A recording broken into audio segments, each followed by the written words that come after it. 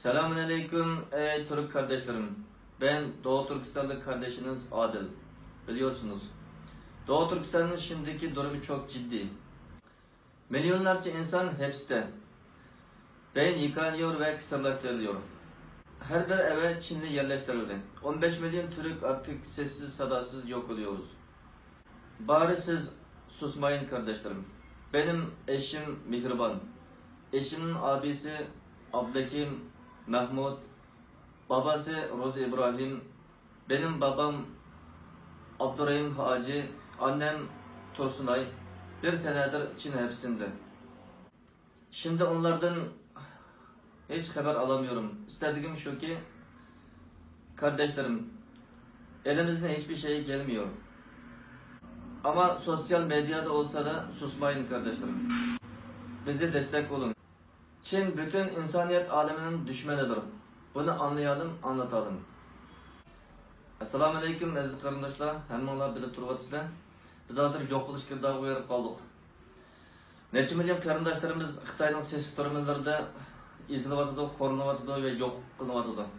Shuna ularning ovozlarini anglatish uchun qarindoshlar jiddiy holatda harakat qilishimiz kerak. Sukut turmaydi qarindoshlar. Xitoyning vaziyatlarini butun dunyoga anglatish uchun tirishayli. Shaxsan mening oilamdan ayolim Mehribon, qiynatam Rozi İbrahim, ayolimning ikki akisi Mahmud, Abdülhakim, anam Tursunay, dadam Abdurrahim Hacı qatorliqlar bir yildan yoqi turmada. Ularning hozirgacha hayotmi yoki o'lib ketdimi hech bir xabarini olamadik. Hech bir xabar yo'q.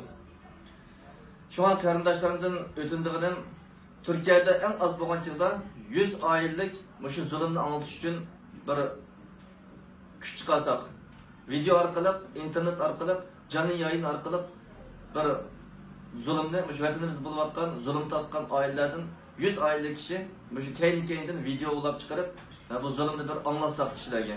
Shuning uchun qarindoshlarimizni men mushu ulgu olib turib mushu videoni boshlab beraman. Mushning orqadan keyin mushu videoni to'xtatib qolmay, ayığı oluşup davamlı chiqib bersa qarindoshlarimdan o'tindig'im shu.